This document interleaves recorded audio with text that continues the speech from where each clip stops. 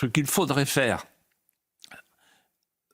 quand on manque de temps, c'est prendre des décisions immédiates, rapides, symboliques. Alors on peut énumérer les premières décisions, celles qui prennent 15 jours, pour stopper l'immigration, pour expliquer au pays, on stoppe l'immigration. Je sors de Schengen, je rétablis les frontières, il faut 15 jours. Je rétablis les frontières tout de suite. Je renvoie chez eux, promesse de Macron qui n'a pas été tenue, tous les OQTF, les prisonniers étrangers, ça fera 15 000 places, et les délinquants étrangers. Pas de double peine, renvoyés chez eux.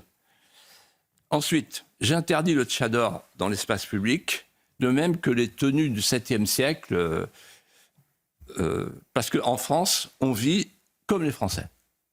Donc ce sont des signaux. Deuxièmement, il faut retourner la justice vers l'innocence, vers les victimes. Et pour ça, il faut envoyer 3 signaux, à mon avis. Le premier, c'est de rétablir les peines planchers. Deuxièmement, de retirer le chiffre d'affaires du narcotrafic du PIB pour qu'on voit ce que ça représente, un État dans l'État, dont personne ne parle. Et puis, troisièmement, j'interdis la syndicalisation des magistrats pour rétablir la neutralité de la magistrature. Et je supprime l'école de la magistrature pour pouvoir en refaire une autre avec le tour extérieur, faire rentrer des commissaires de police, etc. C'est-à-dire des gens qui connaissent la vie et qui jugent en équité, avec la balance de Thémis à l'ancienne. Mais ce n'est pas fini, ce n'est pas suffisant. Il faut ensuite rétablir la souveraineté. Je sors du Mercosur pour sauver les paysans. Je sors du marché européen d'électricité pour sauver les artisans. Je sors du pacte vert pour sauver les industriels. Et je sors du pacte asile-migration pour sauver les Français. Et en plus, je fais une économie de 16 milliards puisque c'est la contribution nette à l'Union européenne, entre ce que ça nous coûte et ce que ça nous rapporte. Et je déclare que désormais, par une loi référendaire, la loi française sera supérieure à n'importe quel règlement européen. Mais ce n'est pas fini. Parce qu'il y a aussi la liberté d'entreprendre, qui est aujourd'hui une liberté bafouée. Il faut désétatiser l'économie. Donc pour ça, il faut donner un signe. Plutôt l'artisanat que l'assistanat. Le signe, ça veut dire qu'il faut faire des économies. Il suffit de voir le rapport de la Cour des comptes. Premièrement, les prestations non contributives, les prestations sociales, doivent être réservées aux citoyens français. Ensuite, il faut arrêter l'aide au développement. Prestations non contributives, c'est 15 milliards. Aide au développement, 15 milliards. On est déjà à 30, mais ce n'est pas fini. Il faut arrêter le soutien aux éoliennes, 8 milliards. Il faut arrêter les agences de l'État qui servent à rien, comme l'ARCOM et l'ADEME. Ça va leur faire plaisir. Et entre autres, ça fait 10 milliards. Ensuite, il faut privatiser l'audiovisuel public, ça fait 4 milliards. Et il faut surtout affirmer le principe, pas d'impôts supplémentaires. On diminue les impôts, on diminue les dépenses. On diminue énormément les dépenses et on diminue un peu les impôts.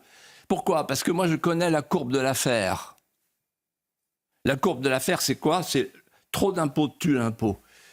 Si les politiciens ne connaissent pas la courbe de l'affaire, il faut les remettre devant un tableau et leur expliquer la courbe de l'affaire. Ça fait ça, la courbe de l'affaire. Voilà. Et donc, il n'y a pas besoin d'être un grand économiste, mais moi, je sais ce que c'est qu'un bilan, je sais ce que c'est qu'un compte d'exploitation, je sais ce que c'est qu'un EBITDA, voilà, parce que j'ai eu une autre vie. Je ne suis pas un attaché parlementaire à vie, voilà, je ne suis pas... Le Cornu, il n'a jamais travaillé. Il n'a jamais travaillé, ils n'ont jamais travaillé, ces gens-là. Dites-moi ceux qui ont travaillé, qui ont dirigé une entreprise. Voilà. Et puis, alors, dernier point, l'école. L'école, il faut rétablir la liberté scolaire. C'est-à-dire qu'il faut que le sous-contrat et le hors-contrat, qui sont les canaux de sauvetage de l'éducation nationale qui est en panne, puissent avoir la liberté, y compris l'enseignement par correspondance, à domicile. Ensuite, il faut remettre les profs sur l'estrade. Vous savez, moi j'avais un professeur de français qui me disait « l'enseignement magistral ne se justifie que s'il est magistral ». Aujourd'hui, il n'est plus magistral, puisqu'il n'y a plus d'enseignement magistral, il n'y a plus de magistère. Donc il faut rétablir le magistère. Qu'est-ce que ça veut dire? Ça veut dire l'uniforme obligatoire. Ça veut dire l'hymne national chanté toutes les semaines. Moi, je connais des écoles, je ne veux pas vous les citer, mais elles se reconnaîtront, où ça se passe comme ça. Et ensuite, la levée des couleurs et le vouvoiement. Et ensuite, on dit aux profs, maintenant, vous allez enseigner la France.